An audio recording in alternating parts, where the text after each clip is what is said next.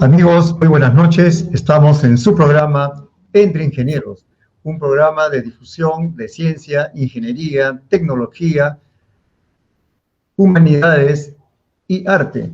Semana a semana vamos convocando a diferentes profesionales de reconocidas competencias personales y profesionales que se aunan a este movimiento de difusión para que toda la comunidad pueda enterarse respecto a uno u otro tema de trascendencia en el desarrollo de nuestro país y de nuestra sociedad. En esta ocasión tenemos el privilegio de tener como invitado a una excelente persona, a un referente como profesional. Me refiero al magíster Guillermo Chino Guamaní. Él es ingeniero mecánico, egresado de aquí, de la Facultad de Ingeniería Mecánica de la UNI, con estudios doctorales en ESADE en España, gerente general de la empresa minera Apumayo, ex viceministro de Minas, director general de Minería y gerente de fiscalización minera de Ocinelmin, gerente general del Instituto de Ingenieros de Minas del Perú, actual presidente del directorio de EGASA, la empresa de generación eléctrica de Arequipa. Y qué mejor oportunidad, amigos, porque es un invitado de lujo y que seguramente nos va a hablar de este tema tan trascendente que es la importancia de la minería para el Perú, para nuestro querido país. Guillermo, muy buenas noches y muchas gracias por estar con nosotros y gracias por hacer un espacio en tu agenda, que debe ser tan recargado por tus múltiples actividades, y eso merece una gratitud de toda la comunidad de la Universidad Nacional de Ingeniería y en particular de tu alma mater, la Facultad de Ingeniería Mecánica. En este instante me encuentro aquí en la facultad, en el Centro de Proyección y Responsabilidad Social. Buenas noches, Guillermo, ¿cómo estamos? Buenas noches, Antonio. No, la verdad que para mí es un honor poder estar con ustedes y la verdad que todo lo que mi alma mater necesita siempre estaré a su disposición y siempre hay tiempo para conversar entre amigos. Qué bien. Guillermo, la primera pregunta es, ¿por qué al Perú o a nuestro país le dicen que es un país minero? ¿A qué se debe esta etiqueta? Bueno, yo diría que primero que nada debemos estar agradecidos al Señor por haber puesto los recursos geológicos en este país, ¿no? Yo creo que va por ahí. Y esto lo podemos ver pues desde la época de los incas hasta los pre-incas, cómo han trabajado la minería de manera muy artesanal y hasta podemos recordar el famoso rescate que pidió Atahualpa, que eran 2 cuartos de oro y un cuarto de oro por 2 de plata, ¿no? O sea, hasta ahí desde ahí llegamos, imagínense. Pero sí, el recurso geológico está donde Dios lo puso. No es que no es una actividad en la cual yo, como empresa minera, decido hacer minería donde yo quiero. No, no puedo hacerlo donde yo quiero. Tengo que buscar, encontrar dónde están esos recursos, y en Perú hay mucho potencial geológico. Por eso el Perú es un país minero, ¿no? O sea, data de hace muchos años. Siempre hemos sido mineros, ha sido una actividad muy, muy importante. Y con el incremento de la producción y los precios últimamente, cada vez la relevancia que toma el Perú para este sector es no solamente a nivel local, sino a nivel internacional. Se habla mucho de la importancia del sector minero porque contribuye al desarrollo del entorno en el cual se va desarrollando la actividad minera, llámese distritos, provincias, departamentos, regiones y universidades. Eso está asociado a lo que se denomina el canon. ¿Qué cosa es el canon minero, Guillermo? A ver, el canon minero es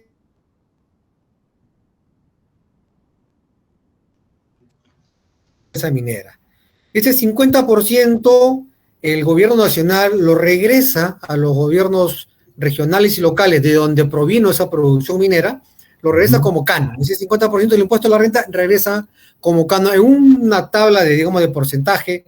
No recuerdo ahorita cuánto, pero una parte va para el gobierno regional, otra parte va para la provincia donde viene el recurso mineral, otra parte va para los distritos de donde está dentro de esa provincia, en fin, se reparte, digamos, en tanto los gobiernos regionales como locales, y también tiene una cuota, creo que está alrededor del 10% para las universidades de esa región. Qué interesante. Justamente el canon va a las universidades para que inviertan en en ciencia y tecnología. Así ¿no? Es, todo lo que es investigación, solamente lo pueden usar ese recurso que es distribuido. ¿Cómo ha sido, desde tu punto de vista y con la expertise que tienes, la evolución de la producción minera en el Perú?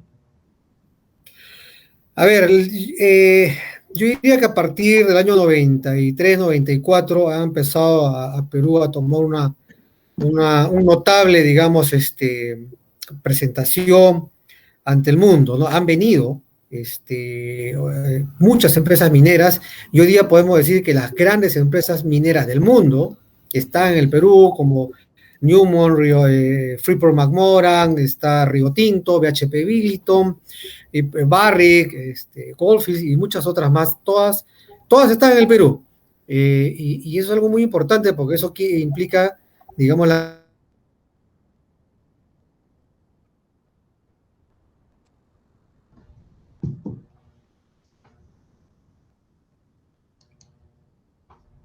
producción cuprífera, o sea, de cobre, ha incrementado. El caso de Toromocho, Las Bambas, la ampliación de Cerro Verde, y en la cual hoy día Perú es el segundo productor de cobre en el mundo. Junto con Chile, es el primer productor del mundo, pero entre Chile y Perú representamos cerca del 50% de toda la producción del mundo de cobre. ¿Y qué otros minerales produce el Perú que lo hacen tan competente por la calidad de sus productos? Yo diría, tenemos casi toda la tabla periódica. Qué buena. En el Perú. Una más importante que otras, ¿no? Tierras raras, todo tenemos, ¿no? Pero lo que más estamos extrayendo hoy en día es cobre.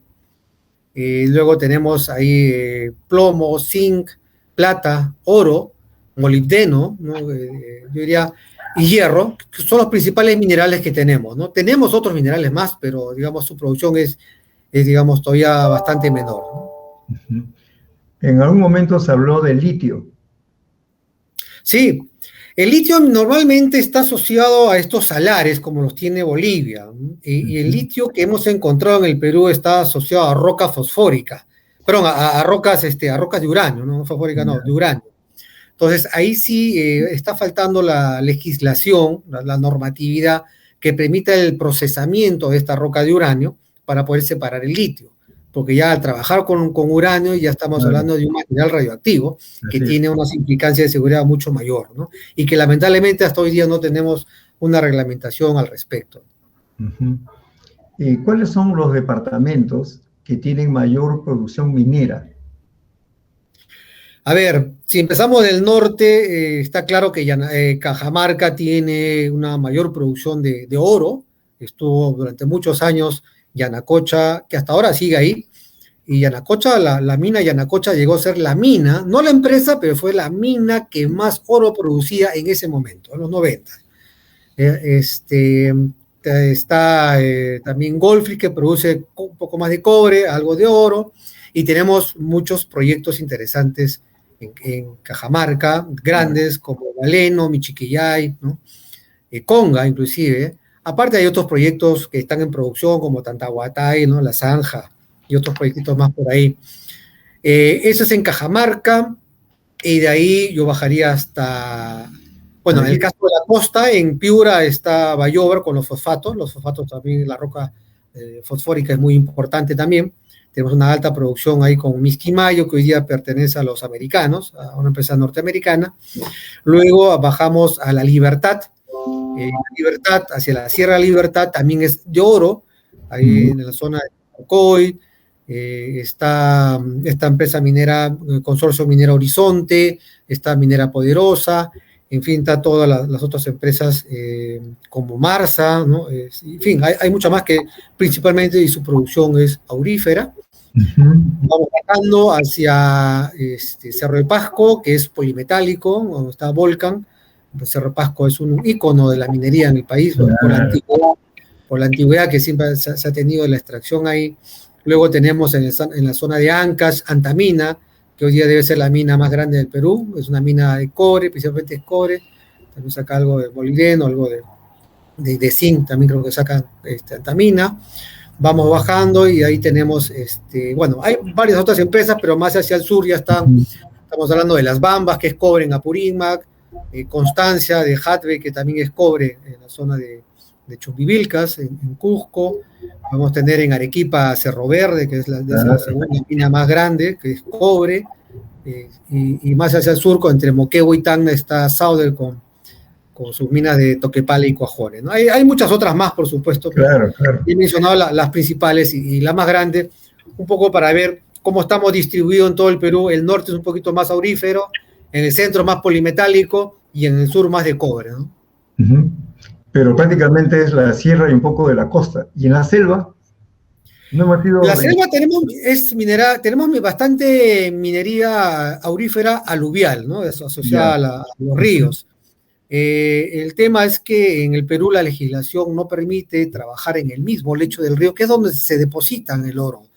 Es por eso que los que trabajan actualmente en la selva trabajan con dragas o con equipos similares, pero trabajan de manera muy artesanal, que lo que más que sacar el oro, que sacan definitivamente, están depredando el medio ambiente. Entonces, eso es lo que pasa, perdón, en Madre de Dios. Es correcto lo que pasa. En otros países se permite, pero claro, bien controlado, bien llevado.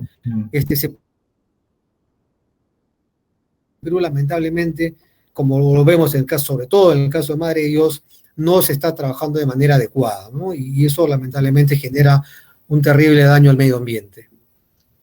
Otro aspecto que probablemente en Lima no lo vemos porque estamos en la capital, pero en aquellos lugares donde se instala la empresa minera, va a generar, porque las máquinas y los procesos requieren de seres humanos. Hablamos entonces de la empleabilidad. ¿Cómo es eso de la empleabilidad directa e indirecta? Cuéntanos de la directa mejor. Mira, de la directa, más o menos, la minería debe contratar alrededor de 250.000 empleados directos, ¿verdad? Pero si a eso le sumamos los contratistas y todos los indirectos que genera, hay un estudio hecho por el Instituto CCD, que lo contrató el Instituto de Ingenieros de Minas del Perú, en la cual establece que más o menos la relación de los contratos indirectos, la generación de empleo indirecto con la directa, más o menos está cerca de 6-1. Y más o menos, aquí tengo la cifra, no la voy a mostrar solamente como referencia, más o menos 6, ellos sacan, porque al final cada persona, si lo vemos como un jefe de familia, una familia de 4 personas, estamos hablando más o menos de 6.5 millones de peruanos que viven de alguna u otra manera, directa o indirecta, de la minería. Estamos hablando, pues, de que es el 20% de la población del Perú, de alguna manera, depende del sector minero, ¿no? Y eso es algo interesante, porque la minería, no creo que sea la única, pero esa es la principal actividad económica que necesita prácticamente, yo diría, todas las profesiones académicas. Se requiere arquitectos, se requiere médicos, se requiere ingenieros industriales, ingenieros administradores, contadores, se requiere economistas, ingenieros mecánicos, mineros, metalurgistas, o sea, químicos. Necesitamos todas las ingenierías y ciencias administrativas, ¿no? Entonces, mueve y dinamiza mucho la economía, tanto local en la zona, porque algo que tienen presente las empresas mineras es que hay que consumir lo que está en la zona, ya sea bienes y servicios, dinamiza esa economía, pero va moviendo la industria, mueve la construcción, mueve la manufactura, va moviendo los restaurantes, los hoteles, las lavanderías, o sea, todos esos servicios se generan, se necesitan y va moviendo, y eso es lo que de una manera este sector mueve muchísimo a un país, sobre todo como el caso del Perú, y que ha sido visto que después de la pandemia, lamentablemente, bueno, todavía estamos en pandemia, el único sector que, bueno, no es el único, ¿no? Yo estoy en el sector, siempre digo el único, pero en realidad el principal sector que podría traernos rápidamente, digamos, de vuelta a los grandes crecimientos del PBI es el sector minero, porque no solamente se mueve el sector, sino mueve al resto de las actividades económicas. Claro, porque también hay una realidad. En un viaje que hice por asuntos personales, observé en Puquio, por ejemplo.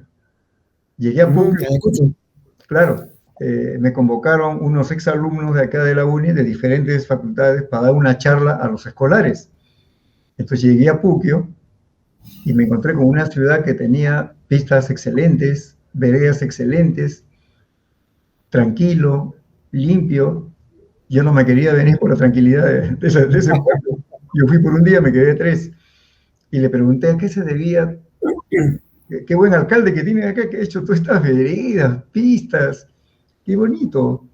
Y me dijo, no, es que la gran mayoría de la población trabaja en una mina. Entonces me llamó la atención, y ahí iba la consulta, Guillermo. En muchos lugares, la minería asume el rol del Estado al proveerles de carreteras, servicios, electricidad, mejores colegios, mejores postas médicas u hospitales, centros recreacionales. Se ve el cambio. Y eso es lo que en Lima no vemos, ¿no? Y muchos se han interesado en poner una etiqueta de que la minería es mala. Y creo que no es tan correcto. ¿Nos puedes explicar ese fenómeno, Guillermo? No, sí, está clarísimo, ¿no? Primero que nada, hay que ser claros también que hay buenas y malas experiencias, ¿no? O sea, y aquí vamos a hablar de las buenas experiencias, ¿no? Las malas hay que descartarlas, hay que desterrarlas, hay que controlarlas y hay que ver cómo mejoran esas prácticas malas para que se conviertan en positivas. Y las buenas es lo que más o menos tú mencionas, o sea, efectivamente, hoy en día, bueno, en realidad no hoy en día, hace muchos años, la actividad minera no puede salir adelante un proyecto si es que no cuenta con el apoyo del entorno, de las comunidades que están ahí cercanas. Entonces, cuando llega una nueva inversión o un nuevo proyecto que quiere salir adelante, uno se da con la triste realidad, pues, que son pueblos, yo diría, abandonados toda la historia republicana del país. 200 años y hasta más, porque en la época pre-republicana también han estado abandonados. Y uno llega a un sitio donde no hay agua, no hay luz, no hay educación, no hay salud, o sea, tienen todos los déficits que no deberían tener, ¿no? Sobre todo cuando hoy Perú es un país que tiene recursos. Y ahí viene el tema. Entonces, la empresa minera, hay quienes tienen las experiencias de que dicen, bueno, el gobierno tiene que dar estas facilidades, no está la empresa para dar las facilidades, tiene que ser el gobierno, pero el gobierno no llega, pues, lamentablemente no llega. O sea, el gobierno no puede estar en todos lados, no llega. Entonces, finalmente, la población demanda a la empresa minera, que es la que está ahí, en que le dé ese tipo de servicios. Y muchas veces las empresas mineras tienen que dar ese servicio. Otras no lo dan, porque va a depender por el tamaño de la empresa, de la envergadura, digamos, de las operaciones. Y es ahí donde empiezan a generarse los conflictos, empiezan a generarse, digamos, las expectativas que empiezan a tener la gente, ¿no? Y que lamentablemente hay empresas mineras que no pueden darlo todo, pues da algo, pero no puede dar todo, porque para esto la empresa minera paga impuesto a la renta, paga un impuesto especial a la minería, otros pagan gravamen especial, la que tienen contrato de estabilidad, pagan regalías mineras, en fin, hay muchos impuestos que tienen que pagar y que el Estado es la que debe con ese recurso brindar esa infraestructura. Y no solamente, cuando hablo de Estado, no solamente hablo del gobierno nacional, el gobierno regional, el gobierno local, la municipalidad distrital también tiene ese recurso para poder invertirlo, pues lamentablemente no se hace, o se hacen otras cosas, se hacen mal, y lo peor de todo es que han habido casos en que se lo han robado, ¿no? Y ahí tenemos ex gobernadores presos por el mal uso de esos recursos. Entonces, el sector minero tiene claro que para poder sacar adelante su proyecto y para poder tener una convivencia más o menos armoniosa, necesita dar un apoyo más allá de lo que normalmente le tocaría hacer, y lo hace. En muchos casos lo hace. Ahora, ¿qué pasa cuando las necesidades son tan vastas, tan grandes, y la empresa minera no puede dar todo? Es ahí donde se generan las famosas crisis, en donde hay lugares, pues efectivamente tienes un proyecto minero y al costado hay un pueblo que nuevamente no tiene agua, no tiene luz, no tiene educación. No es justo. Y no es que la empresa minera tenga que darle el servicio, la empresa minera ya contribuyó con sus impuestos, pero es el gobierno nacional, regional y local la que no ha hecho su tarea, no ha hecho su labor. Y ahí la comunidad, los comuneros y la gente, con toda razón, están pues malhumorados, están molestos porque no reciben nada. Y se van contra la empresa minera, que es la que tiene ahí al costado. Ahora, lo malo también aquí es que aparecen agentes externos, otras personas con otros intereses que no les importa el desarrollo de ese pueblo, lo único que interesa son sus propios beneficios políticos o económicos. No voy a entrar en tema política, esto no es un tema político, pero también aparecen esas personas con otras ideas y les hacen creer a la gente, digamos, que hay que reclamar, hay que estar detrás de eso, y bueno, lamentablemente suceden también esos tipos de casos, ¿no? Probablemente allí las empresas estarían pecando de ser excesivamente dadivosas y de no sensibilizar y educar y participar a la comunidad de todo lo que la empresa hace, ¿no?, para el bienestar a través de lo que...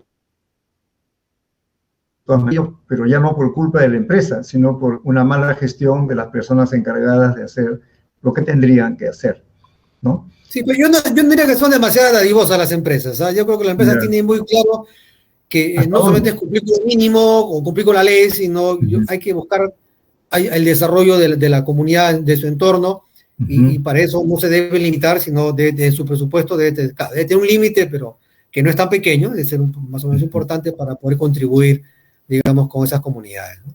Dime, la minería en todos estos años, obviamente, se ha ido incrementando y creciendo y descubriendo nuevas y mejores maneras de extraer los minerales, sin dañar el ambiente, porque también hay una reglamentación que deben de cumplir. Ahora más que nunca hay más sensibilidad sobre la contaminación, la polución ambiental. Ese tema, ¿qué ministerio se encarga de regular ello? ¿O qué entidad? A ver, el Ministerio de Energía y Minas es la encargada de dar los permisos para la construcción y ya el funcionamiento de una empresa minera. Es el encargado de promover los proyectos y ver que esos proyectos salgan adelante. Y se entiende que son proyectos sostenibles, que tengan cuidado con el medio ambiente y que tengan, por supuesto, también un respeto a las identidades culturales también de las poblaciones. Pero quien se encarga de aprobar el instrumento ambiental, que es el famoso estudio de impacto ambiental, es la entidad se llama el SENACE, que le pertenece al Ministerio del Ambiente. Entonces, digamos, uno puede decir que es el Ministerio del Ambiente, a través de SENACE, quien aprueba los instrumentos ambientales, y quien se encarga de fiscalizar que se cumpla lo que está establecido en estos instrumentos ambientales es otra institución que se llama OEFA, también adscrito al Ministerio del Ambiente. O sea, toda la parte ambiental la ve el Ministerio del Ambiente. La parte de seguridad, porque también hay que tener mucho cuidado con los trabajadores para evitar enfermedades ocupacionales muy comunes en minería, lo que es hipoacusia, que tiene que ver con el oído, o la neumoconiosis, por el tema de los pulmones, por el tema por estar respirando gases tóxicos, entre otras cosas. Quien se encarga de ver esa parte es el Ministerio del Trabajo, a través de SUNAFIL, y la parte de la seguridad de las instalaciones, porque un depósito de relaves, un pad de lixiviación, los componentes mineros en general tienen que estar debidamente construidos y evitar que haya un colapso, un derrumbe, porque eso también puede generar accidentes a las personas y puede generar un daño al medio ambiente. Pero quien se encarga, digamos, de la infraestructura y la seguridad de la infraestructura es OSINERMIN. O sea, hay instituciones encargadas de ver la correcta construcción y operación, mantenimiento de todos los componentes mineros, ¿no? Desde el punto de vista ambiental, de seguridad de las personas y de la seguridad de las instalaciones. Yo te diría que el sector minero debe ser el sector más regulado, la actividad económica más regulada del país, y se le exige eso de los años 90, ¿no? O sea, es muy, muy riguroso y las empresas siempre están tratando de cumplir al máximo eso, ¿no? También en algunos momentos se habló de los programas como el PAMA. ¿Qué es el PAMA? PAMA nace en los 90. La legislación ambiental empieza en los 90 y, claro, como hay muchas actividades, no solamente en minería, en petróleo, en electricidad y en otras actividades económicas, como ya existían esas actividades, entonces, ¿cómo hacemos para adecuarnos a la nueva reglamentación ambiental de los 90? Entonces se creó el famoso PAMA, que es el programa de adecuación al medio ambiente. Había que adecuarse a las normas de medio ambiente, en la cual, si hay componentes, porque habían, de hecho, en el caso minero, otras actividades también han habido cosas que no se respetaban en el medio ambiente, porque no había legislación, no había conciencia ambiental, pero habían operaciones que tiraban sus relaves al río, esa es la verdad, al mar, al río. y entonces había que adecuarnos, había que, digamos, hacer inversiones y construcciones para evitar eso. Entonces, eso es el PAMA, había que adecuarse para evitar seguir contaminando, ya sea a un medio natural, un río, el mar o al aire inclusive, ¿no? Tuvieron un plazo de 5 años para adecuarse a operaciones mineras y para el caso de las refinerías, la grande como La Oroya, Hilo, Cajamarquilla, aquí en Lima tuvieron 10 años para adecuarse a ese PAMA, ¿no? Era eso lo que llamamos el PAMA, porque con la legislación ambiental de los 90, el concepto siempre hoy día es preventivo. O sea, cualquier nueva actividad necesita un instrumento ambiental preventivo, que es el estudio de impacto ambiental, y no un instrumento ambiental correctivo para corregir errores, ¿no? Hay que prevenir. Ese es el concepto. Dime, ya que has tocado el tema de los relaves, siempre se ha escuchado en los conflictos, o en las quejas, o el malestar de las comunidades, el tema de los relaves. Para las personas que no están inmersas en el mundo de la minería, ¿qué es un relave? ¿A qué se le llama relave? ¿Y cómo ahora el relave es manejado por las empresas mineras de tal forma que su impacto haya disminuido en el tema de la contaminación? Muy bien, mira, yo primero quisiera ver el tema de la contaminación en general, ¿no? O sea, ¿Ya? porque muchas veces nos escandalizamos, y sí, hay que escandalizarse cuando una actividad económica, sea cual fuera, minería, petróleo, electricidad, lo que sea, hasta una panadería, puede contaminar. Así Es más, el ser humano, con el solo respirar, nosotros con solo respirar, estamos contaminando también el medio ambiente. Y para eso se establecieron los límites máximos permisibles, en la cual se puede tolerar cierta afectación hasta cierto límite, y se le impone un cierto límite a todas las actividades. Y no quiere decir que si yo estoy dentro de ese límite, ya estoy contaminando. Es más, si supero el límite, inclusive, también no quiere decir que estoy contaminando. El límite es simplemente para poner una valla, porque la contaminación hay que demostrarla. Yo empezaría por ahí. Ahora, en el caso de los relaves, en el sector minero hay dos grandes formas de procesar, digamos, los minerales. Uno es, y eso va a depender del tipo, de cómo está la formación geológica del mineral, lo que llaman unos óxidos o lo llaman sulfuros, ¿ya? Los óxidos, yo lo que hago es un método de lixiviación. Necesito lixiviar ese mineral para extraer el mineral que estoy buscando. Si se trata de cobre, principalmente es cobre y oro, estamos hablando. El cobre, necesito sacar el mineral, ponerlo en pilas, le llamamos pilas de lixiviación, como unas tortas en bloques, y le voy a echar un líquido que es un ácido sulfúrico para el cobre. Ácido sulfúrico, y con eso voy extrayendo poco a poco el cobre, luego entro en unas celdas electrolíticas, ya por otro tipo de procesamiento, obtengo finalmente un cato de cobre. Esa es una forma al cobre, es una forma de generar ahí, y ahí no tengo relaves. Ahí lo que me queda es la misma pila, que al final termina siendo, se llama un ripio, cuando ya no hay, siempre queda algo de contenido de cobre, pero cuando ya no hay mucho, ya no es rentable lo que queda, le llamamos ripio. Lo mismo sucede en oro.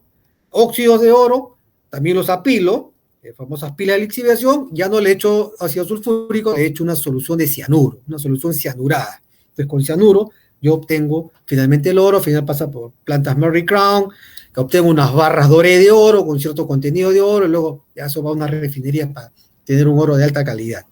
Entonces ahí tampoco tengo relave, tengo la pila de líquido que ahí se queda, ahí nomás se queda. Aparte tengo, porque el mineral viene con desmonte, separo el mineral de desmonte, tengo otros cerros, digamos, de desmonte. O sea, tengo desmonte y tengo los ripios, que es lo que me va a quedar y que tengo que tener mucho cuidado. Dependiendo de las características de ambos casos, si son generadores de agua ácida, tengo que tenerle en su momento con cobertura, con canales de coronación a los costados, porque cuando llueve, eso puede correr, lava, oxida, genera agua ácida, y puede llegar a un río. Entonces, canales de coronación para poder captar esas aguas de escorrentía y llevarlas a unas plantas y tratarlas, ¿no? Para luego regresarla a mi proceso productivo, o si tengo que botarla al río, ya la boto de una calidad 3, que es para agricultura, ¿no? Entonces, ese es el concepto, digamos, de los óxidos para la minería. Pero el otro caso son los sulfuros, y ahí sí necesito, ya no puedo hacer pila de lixiviación, ya no, sino ahí necesito lo que son plantas concentradoras, ¿no? Es por flotación, y necesito, digamos, ese tipo de tecnología para poder ya extraer un concentrado de cobre, de oro o cualquier otro mineral, necesito ya un concentrado. Y lo que me queda, el remanente que sale al momento de pasarlo por la planta concentradora, el remanente es lo que sí llamo relave. Ahí sí tengo relave. Entonces, ese relave tengo que almacenarlo en unos depósitos debidamente diseñados, que tienen que tener desde su base totalmente impermeabilizadas, con esas famosas espinas de pescado, le llaman, que son una red de drenajes para poder captar cualquier filtración y poder derivarlas nuevamente a una planta de tratamiento y recircularla, ¿no? Es el concepto, siempre hay que buscar recircular. Ahí sí tengo que tener mucho cuidado el relave, donde tengo que buscar un sitio confinado y construir un dique, o sea, una presa, así como una presa de agua, pero una presa de relaves, ¿no? Y tengo que tener todo el cuidado, no solamente en el diseño, en la construcción, inclusive durante la operación, porque durante la operación se me puede tubificar el depósito y se me viene abajo todo, y eso sí puede generar un desastre ambiental, que hemos tenido casos, ¿no? No muchos, pero hemos tenido casos en el Perú también. De ambos estilos o procesos o tecnologías, ¿cuál es el que más se usa en el Perú? Tenemos los dos. Tenemos los dos. El caso de Cerro Verde tiene los dos, por ejemplo. Tiene óxidos, tiene sulfuros, saca concentrado de cobre, saca placas ya cátodos de cobre. Marcobre, que está ahorita por comenzar, también va a tener los dos procesos. Sauder, creo que todo es, si mal no recuerdo, todo es concentración. O sea, ellos tienen su depósito de relaves, Quebrada Honda, ahí entre Tacna y Moquegua. Y luego pasan a la refinería para poder producir los cátodos. Creo que todos tienen un solo proceso, que es de sulfuros, genera relaves. Antamina también tiene un depósito de relaves, que yo sepa solamente es relaves, en fin.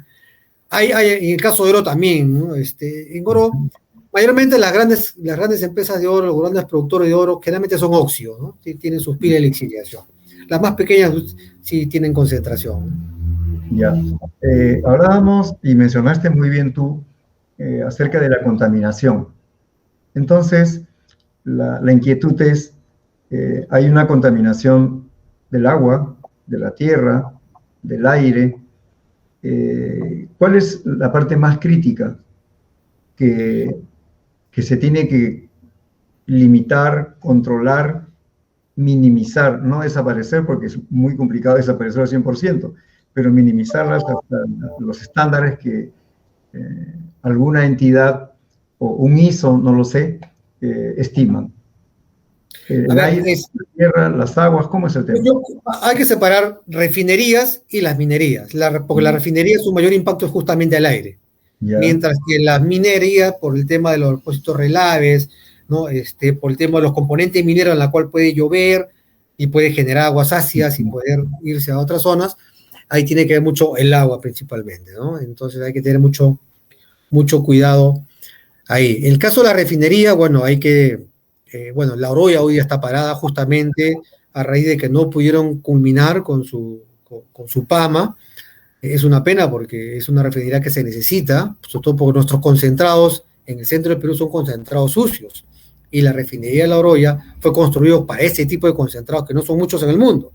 Entonces, pero la generación al impacto al medio ambiente también era importante.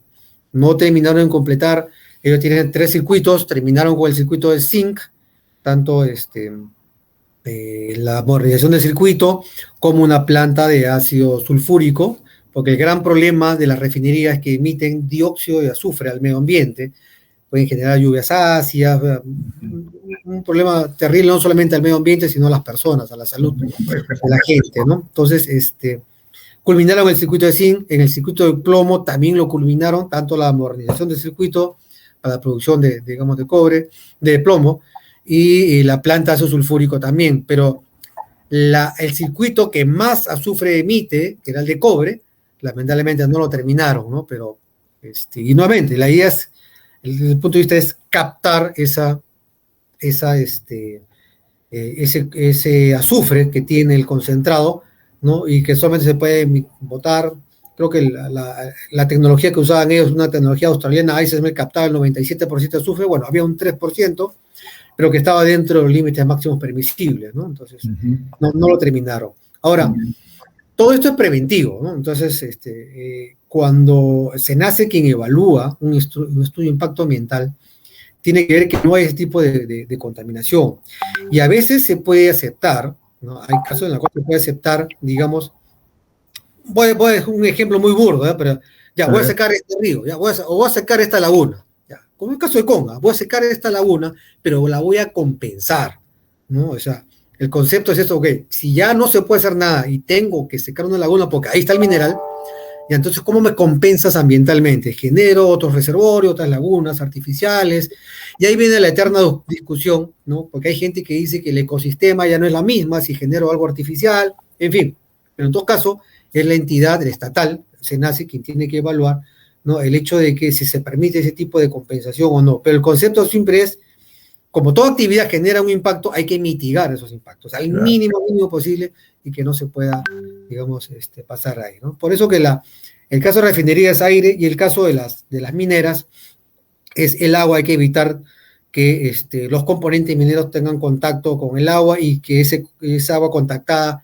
llegue a algún cuerpo natural, sobre todo a los ríos. Ahora, las mineras necesitan mucha agua, ¿no? Ese es el problema. Comentábamos en la previa que había todo un concepto de cosecha de agua. ¿Cómo es eso, Guillermo? Claro. Entonces, cuando las empresas necesitan agua, entonces, ¿qué hace? Entonces, yo no le voy a quitar el agua a la comunidad, entonces tengo que ver dónde consigo esas fuentes, ¿no?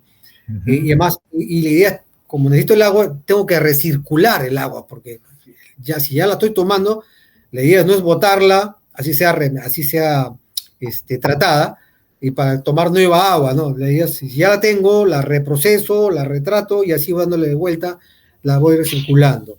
Pero hay casos que no es tan fácil, no es tan complicado y necesitamos una cantidad mayor de agua, ¿no? Y ahí, este ejemplo de Cerro Verde para mí es espectacular. Ellos inicialmente, por un tema, digamos, de una buena convivencia con Arequipa, o sea, la suerte también que tiene Cerro Verde es que yo siempre digo, está en la Plaza de Armas de Arequipa, pues, ¿no? No son gente, no son comuneros que digamos, con todo el respeto que se merecen por la ignorancia que tienen, que hay mucho miedo, ¿no? Entonces, muy difícil tratar con ellos, pero hay que tratarlo, hay que tratar de convencerlo. Cerro Verde es con quienes más dialoga y son gente que son citadinos, o sea, son gente de ciudad. Y ellos, para tener una mejor convivencia, construyeron una planta de agua potable, o sea, con una planta de agua potable, la Tomilla 2 creo que es, con los propios recursos de Cerro Verde, o sea, con ellos. Aquí no es un tema de tipo ahora por impuestos, no, era plata de Cerro Verde. O sea, es un tema para poder ver la contribución social que ellos hacían a la ciudad de Arequipa, de una manera para tener una mejor aceptación. Pero luego, para su expansión, ¿no? que invirtieron como cerca de 6.000 millones de dólares solamente para invertir, que es otro tema muy importante, porque a veces hablamos de la minería y la minería, no saben la cantidad de miles de millones de dólares que se necesita para invertir con un solo proyecto. ¿Ya? En el caso de Cerro Verde, la ampliación, no el proyecto, la ampliación ha costado 6.000 millones de dólares, y les aseguro que más, ¿eh? Pero en fin, necesitaban agua. Entonces, ¿cuál fue la solución que encontraron ellos? Es que de los desagües de Arequipa, la ciudad de Arequipa, y hay que decirlo muy claramente, se iban al río Chili. Los desagües se iban al río Chili.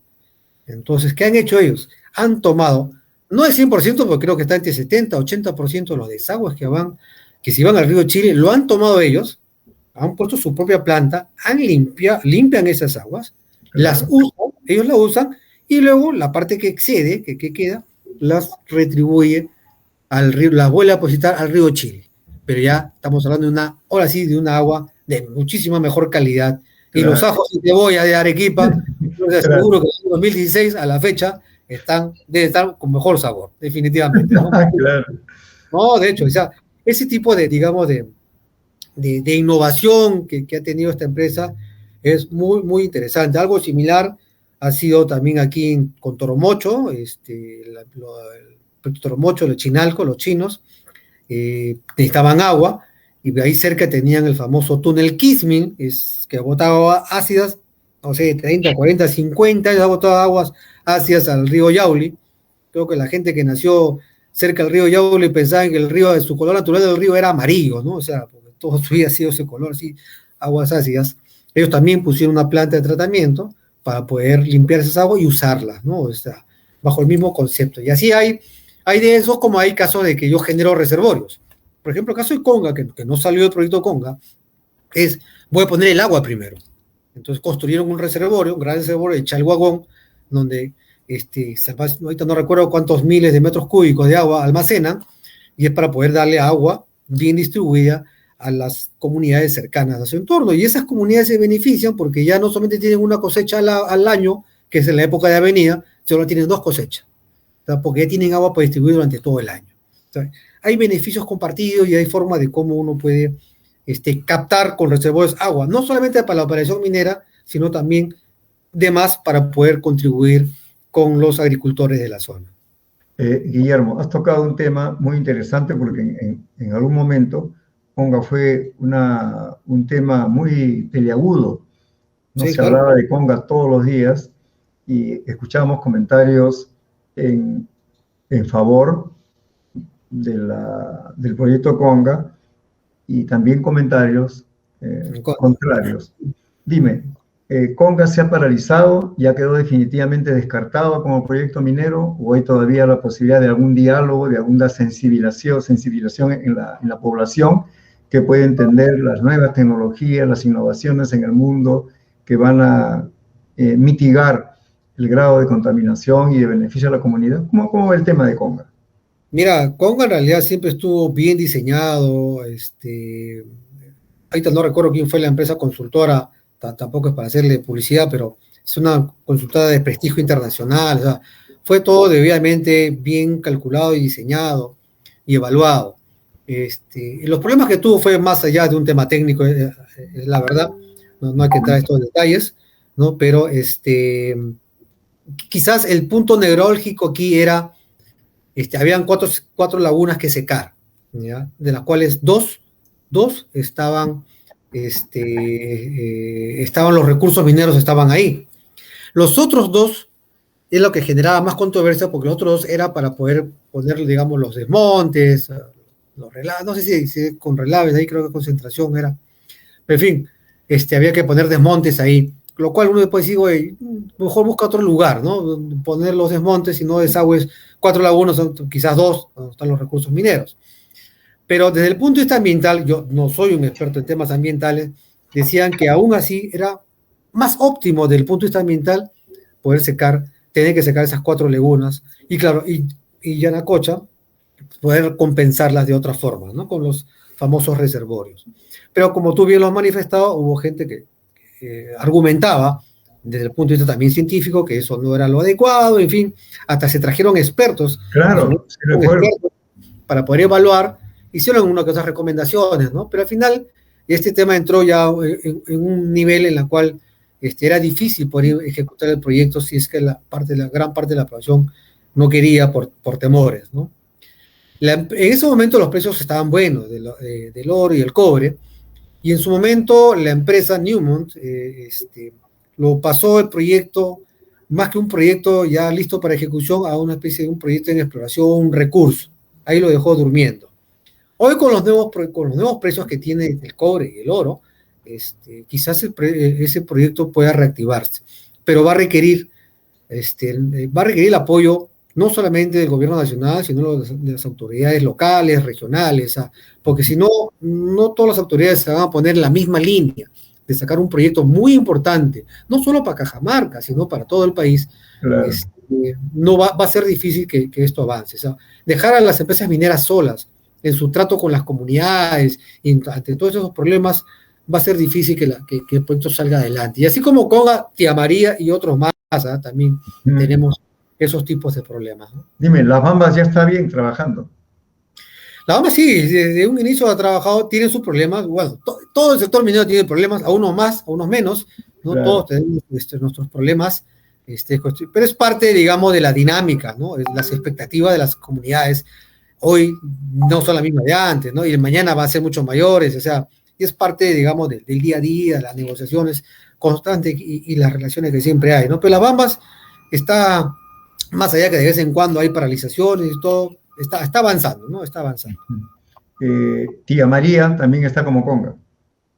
Igual también estamos, y ahí sí me tocó a mí personalmente entrar al detalle en el estudio de impacto ambiental. Yo sí, como dice, me lo he comido ese estudio de impacto ambiental y puedo dar fe de lo muy bien que está hecho, de todas las contemplaciones, esa famosa cinta 38 observaciones que en un momento UNOPS planteó, lo cual fue falso, pero en fin, ya todo eso se ha previsto, se ha tomado en cuenta, no, que me dicen, los relaves van a contaminar, mentira, no es relave, pues son óxidos, nuevamente, ¿no? Van a haber ripios, ¿no? O sea, va a estar todo seco ahí, ¿no? Que las voladuras generan ahí, el material es tan desdeznable que el primer trabajo va a ser con tractores, va a ser movimiento, y cuando estemos en una profundidad de casi 100 metros, recién a partir de ahí van a empezar las voladuras, y que las partículas puedan salir por encima de 100 metros, más complicado. La dirección del viento iba no en dirección al valle, sino en contra del valle, la zona desértica.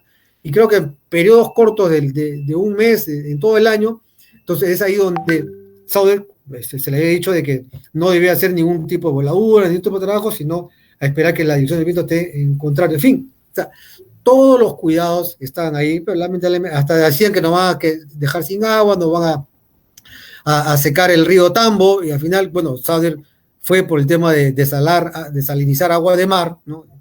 Y con todo eso, lamentablemente, prosperó, ¿no? En fin, ya hay otros elementos y otros argumentos ahí detrás, claro.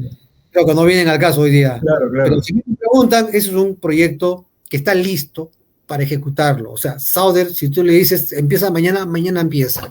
Es un proyecto muy importante, 1.400 millones de dólares de inversión solamente en este proyecto que va a traer beneficio a todo Arequipa y, bueno, y también al Perú. Dime, ¿cómo ves tú la perspectiva de la minería en el Perú? Mira, no lo veo con buenos ojos, lamentablemente, ¿no? ¿Por qué? Porque los grandes proyectos mineros se están acabando. ¿Ya? Los últimos proyectos, bueno, acaba de entrar Marcobre, que ha sido una inversión de 1.500 millones de dólares más o menos. Toromocho creo que está por entrar el otro año, que es una ampliación de lo que hoy ya tienen, que son más o menos como 1.300, 1.500 millones de dólares también. Y el gran proyecto Quellaveco, que está en Moquegua, que eso está costando, yo calculo también bastante, 5.000, 6.000 millones de dólares finalmente lo que va a costar. ¿Ya? También va a estar hacia fines del próximo año. Después de estos grandes proyectos, ¿qué tenemos?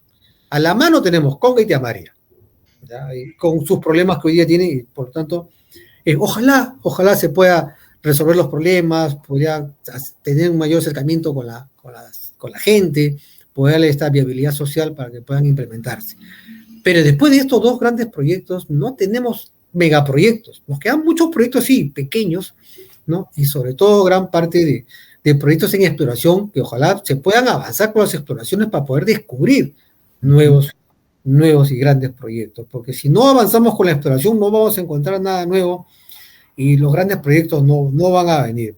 Por ahí tenemos otros proyectos como Pampa de Pongo, que es aquí en Acarí, Bella Unión, para ser más exacto, al norte de Arequipa, casi circundando al límite con Ica, que es hierro. Ojalá pueda sacar ellos adelante ese proyecto, tienen su propia problemática también. Otro proyecto importante, podríamos hablar, Río Blanco, es un proyecto muy interesante, es un proyecto de cobre que está en la zona norte de Piura, la zona de selva de Piura, tiene sus problemas ambientales, los famosos páramos que hay que cuidar. Nuevamente, con las tecnologías que hay hoy en día, con buen estudio de impacto ambiental y todo, se puede llevar adelante, o sea, eso se puede sacar adelante, pero ahí también tiene sus problemas, sus conflictos sociales, en caso de Río Blanco, que es un proyecto que supera tranquilamente los 3.000 millones de dólares de inversión. Luego tenemos un proyecto de plata, en Corani, Puno, que más o menos está alrededor de los 600, 700 millones de dólares de CAPEX, solamente ese proyecto, que es en Puno. ¿Qué más tenemos a la mano? Bueno, ampliaciones de las Bambas. A las Bambas creo que ha explorado, creo que tiene como 30.000 hectáreas de la concesión, 30, 40.000 hectáreas de concesión o más de repente, y apenas están trabajando en 8.000, o sea, hay mucho por explorar y por sacar, pues ya tiene una ampliación importante ahí, Chalcobamba. En el caso de Hato de Constancia, también creo que tiene una ampliación que está en camino a Pampacancha. Otro proyecto ahí, Antapacay, también tiene una ampliación que es este es el grupo Glencore Extrata, ¿no? También tiene ahí, no recuerdo ahorita los niveles de inversión, pero también sería importante darle el impulso, pero no estamos hablando ya de inversiones como lo son pues los otros proyectos de 3.000, 4.000 millones de dólares, que ojalá tuviéramos más, ¿no? Tenemos una cartera de proyectos más o menos cercana a los 60.000 millones de dólares, ¿ah? Con unos grados más avanzados que otros, pero mira, si la mitad se pudiera poner en práctica y ejecución, 30.000 millones de dólares, mira, eso daría empleo para muchísima gente, podría generar impuestos para poder no solamente construir más hospitales, plantas de oxígeno, en fin, podemos hacer muchísimas cosas siempre y cuando tuviéramos autoridades pues, digamos, con altos valores éticos y morales que pudieran hacer las cosas correctamente también, ¿no? No generalismo, ahí hemos tenido buenos y malos, ¿no? Pero, dime, el gobierno, el Estado como Estado, tendría que hacer una promoción para que los grandes capitales, las grandes empresas mineras del mundo, le den una mirada al Perú y puedan invertir. ¿O es que esas empresas no vienen porque hay desconfianza, inestabilidad, inseguridad? ¿Cuál es el tema que tú crees que está impidiendo que esos grandes capitales vengan y digan, pongo mis 6.000 aquí? Mira, yo te diría así, o sea, yo sí creo que el gobierno, sobre todo el gobierno nacional, hace parte de ese trabajo. Y creo que lo hace bien. ¿Ya? Y no lo digo porque yo he estado ahí también, pero todos los años hay delegaciones peruanas, bueno, por la pandemia lamentablemente se ha suspendido, pero hasta el año pasado, la primera semana de marzo, justo poco antes de se inicia la cuarentena, todos los años el Perú participaba en el famoso congreso del PDAC, ¿no? Ese famoso congreso de los prospectores y exploradores canadienses, yo diría es el máximo congreso minero que hay en el mundo, ¿ya? Y había que estar, y el Perú va, o sea, sí va, como delegación peruana, han ido épocas que van 500, 600 personas del Perú van allá, van a este congreso, entre empresas mineras, locales, o sea, empresas mineras extranjeras, mineras peruanas, entre profesionales, contratistas, proveedores, todos van allá porque es, digamos, el gran congreso minero, ¿no? Esto lo auspicia mucho, digamos, se trabaja mucho con la Cámara de Comercio Perú-Canadá, con la Embajada de Canadá, por supuesto, hay mucho apoyo, pero estamos yendo para allá. Y esa parte sí, es muy importante. Y esperemos que, porque eso siempre se celebra el primer domingo de marzo de cada año, esperemos que el próximo año, ojalá, digamos, estos temas de bioseguridad de la vacuna haya avanzado y se pueda hacer nuevamente este congreso presencial, aunque Canadá todavía tiene las fronteras media cerradas, o sea, vamos a ver si se da. Luego tenemos eventos en China, o sea, Perú ha participado varias veces en China, también en este famoso China Mining que se hace en el norte de Beijing, que es una ciudad Tianjin. Se ha hecho esos congresos, se ha participado varios años ahí. Otro es en Australia, se ha podido participar en Australia, tanto en el famoso LADU, que es Latin American Down Under, que es en la zona de, digamos, donde está Sydney, está Brisbane, o la zona de Perth, que es la zona minera de Australia, Western Australia. También se ha participado en unos congresos, o sea, sí hay delegaciones, principalmente el Ministerio de Energía y Minas es la que participa, se va al Congreso chileno, que hay un Congreso Mundial del Cobre, ¿no? Y otras más, hay, adicionalmente, PROM Perú no, se me fue el nombre de los otros, Proinversión también hace sus roadshows y va y visita ya a diversos países y convoca al sector empresarial. Ahora, ya el Perú ya es conocido, o sea, también hay que ser claro, ya en el mundo las empresas mineras saben quién es Perú, además porque tienen claro que la minería se hace nuevamente donde está el recurso geológico y como digo nuevamente, como empecé, gracias a Dios los tenemos acá. Entonces saben que en el Perú hay mucho por hacer, mucho por explorar y muchos recursos minerales que extraer. Pero sí les preocupa, pues efectivamente, el contexto en el cual vivimos. O sea, se preocupa porque puedo invertir cientos de millones de dólares para luego mi proyecto se trunca, como el caso de Conga, Tía María, o como ha pasado Big Creek en Santa Ana, la empresa Big Creek que pasó en Santa Ana en Puno. O sea, Entonces ya esas cosas les preocupa. Claro. Que hay proyectos que se demoran, digamos, es la conflictividad social digamos, que como Estado todavía no hemos aprendido a manejarla, a canalizarla bien, es algo que sí temen ellos. Ahora, aún con todo, si bien les preocupa, toman sus decisiones de inversión, porque también tienen sus problemas en Canadá, tienen en Estados Unidos, también tienen sus problemas en Australia. Son distintos, por supuesto, las necesidades de una población originaria en Canadá, en Australia, no es la misma que las necesidades que tenemos acá, ¿no? O sea, allá son empresarios, ¿no? O sea, tienen otro tipo de necesidades y otras expectativas, ¿no?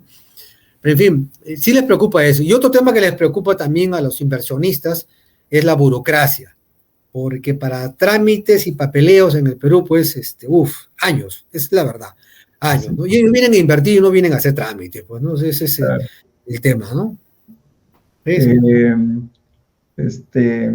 Qué interesante lo que tú puedes participar con nosotros. En este tipo de programas he invitado a diferentes profesionales de diferentes temas y en muchos hablaban y han comentado qué interesante sería que este tema, por ejemplo, de la minería, del proceso minero, de sus bondades, también de sus dificultades, se puedan llevar desde la educación básica, desde la primaria y secundaria, para que toda la juventud, la adolescencia, sepan desde ahí, oye, ¿qué es esto? Y no lleguen a los 25 años y escuchen solamente con el oído derecho al que habla muy bien o al que habla muy mal, sino que ellos ya tengan una formación. Una formación, un pensamiento crítico respecto de ello. Y creo que es una tarea también que se debería inculcar o incluir en toda la currícula básica escolar, ¿no? Porque sí, ahí está el tema. Mira, Antonio, has tocado un tema muy importante, ¿no? La oportunidad que yo tuve en el Viceministerio de Minas, luchamos porque se incluya eso en la currícula, digamos, escolar, ¿no? Nuevamente, como parte de toda la burocracia, toma sus tiempos, se alargan, cambio de ministro, van y vienen dentro de un mismo gobierno, hace que las cosas sean imposibles, pero en realidad es una educación que le hemos perdido. Yo recuerdo de niño que me enseñaba muy claro, más, empezamos con el escudo nacional, claro. O sea, un patria, ¿no? Ahí está claro, o sea, el reino animal, el reino vegetal y el reino mineral. La cornucopia de oro abajo. Es más, hasta yo siempre digo, hasta la ponen más grande, porque arriba son dos, ¿no? Más grande la cornucopia de oro. El reino mineral. Y nos enseñaban, niños, mis textos escolares recuerdo que me enseñaban los recursos minerales. Y ahora lo he visto con mis hijos, bueno, mis hijos ya acabaron el colegio, ¿no? Pero yo cuando he tenido que ayudarlos en sus colegios, en sus tareas, a veces nada, o sea, ya se perdió cero. Y ya hay mucho del tema de cuidar el medio ambiente, lo cual está muy bien, o sea, la casa hay que cuidarla, ¿no? Eso está perfecto, está muy bien, pero del otro, cero.